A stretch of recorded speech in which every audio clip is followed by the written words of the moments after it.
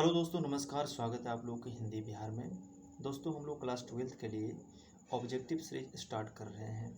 इसके माध्यम से 2009 से लेकर 2025 तक जितने भी सब्जेक्ट के, जैसे आपके क्लास 12th में अगर आर्ट्स से आप क्लास 12th कर रहे हैं, हिस्ट्री हो गया, पॉलिटी हो गया, ज्योग्राफी हो गया, इकोनॉमिक्स हो गया, होम साइंस हो गया, साइकोलॉजी हो गया, हिंदी, इंग्लिश, इन सारे सब्जेक्ट का 2009 से लेकर 2025 तक जितने भी ऑब्जेक्टिव क्वेश्चन पूछे गए हैं, इन सारी प्रीवियस ईयर को क्वेश्चन को हम लोग कवर कर रहे हैं इस सीरीज में। साथ ही साथ आपके हर सब्जेक्ट के चैप्टर वाइज हम लोग ऑब्जेक्टिव आपके सामने प्रस्तुत करेंगे, ठीक है, जिससे आपकी तैयारी में चार चांद लग जाए, आपकी तैयारी में धार लगे। दोस्तों, ये ऑब्जेक्टिव सीरीज चलाने का मकसद ये है कि बिहार बोर्ड में 12th में जो है ना, 12th में 100 क्वेश्चन जो आता है ऑब्जेक्टिव का, जिसमें 50 ठो आपको कलर करना होता है, ठीक है, यानी रंगना होता है। ये जो 50 गो ऑब्जेक्टिव है ना, ये सबसे क्या होता है, सबसे एक अच्छा मतलब रिजल्ट बनाने का जरिया है, ठीक है। एग्ज़ाम के पॉइंट ऑफ व्यू से, चाहे रिजल्ट के पॉइंट ऑफ व्यू से, ये 50 नंबर बहुत ज़रूरी हो जाता है, ठीक है। अगर इस 50 नंबर में 50 के 50 आप सही कर देते हैं तो आपको ज़्यादा हद तक संभावना होती है 70% मार्क्स लाने का। कैसे?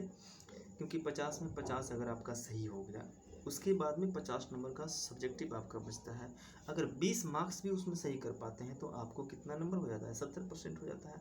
तो इस नज़रिए से अगर हम देखें तो सबसे ज़रूरी हो जाता है ये ऑब्जेक्टिव 50 में 50 सही करना, और ये ऑब्जेक्टिव 50 में 50 सही करवाना हमारी जिम्मेदारी होगी, ठीक है। अगर आप लगातार हमारे चैनल से जुड़े रहते हैं, डेली क्लास आप अटेंड कर रहे हैं, तो नो डाउट आपका 50 में 50 आ रहा है, ठीक है। इस क्लास के माध्यम से सारे सब्जेक्ट का टोटल ऑब्जेक्टिव क्वेश्चन को ख़त्म किया जाएगा, यानी पूरा करवाया जाएगा एग्ज़ाम के पहले, ठीक है। अगर आप चाहते हैं इसका PDF आपके पास तक पहुँचे और आपकी तैयारी में चार चांद लग जाए, तो कमेंट बॉक्स में नीचे दिया गया है, पिन किया गया है लिंक, आप उस पर जाकर कंटेक्ट करना, आपको PDF मिल जाएगा, ठीक है। चलिए हम लोग देखते हैं ये जो क्वेश्चन है। फर्स्ट क्वेश्चन आपको क्या कर रहा है यहाँ पे, ठीक है। ये ज्योग्राफी का क्वेश्चन दोस्तों अभी हम लोग क्लियर करा रहे हैं, ठीक है। यहाँ पे है पनामा नहर की लंबाई कितनी है, ठीक है। तो ऑप्शंस आपके पास दिया हुआ है 50 किलोमीटर, 60 किलोमीटर, 72 किलोमीटर और 92 किलोमीटर, ठीक है। यहाँ पे हमारा ऑप्शन नंबर क्या हो जाएगा? सी आंसर सही हो जाएगा। ये जो है ऑप्शन नंबर सी क्या हो जाएगा? आंसर सही हो जाएगा, ठीक है। उसके बाद में हम लोग क्या करते हैं, इसका थोड़ा एक्सप्लेनेशन भी है, ठीक है। एक्सप्लेनेशन इसको देखने से क्या होगा, आपकी तैयारी थोड़ी सी अच्छी होगी, ठीक है। इसके इर्द गिर्द जितनी भी चीज़ें हैं सब आपको जानकारी मिल जाएगा, ठीक है। जैसे पनामा नहर एक मानव निर्मित जलमार्ग है, इसका मतलब क्या हो गया, पनामा नहर को कौन बनवाया? पनामा नहर खुद से नहीं बना हुआ है, ये नेचुरल नहीं है, इसको आदमी ने बनवाया हुआ है, आदमी बनाया है, ठीक है।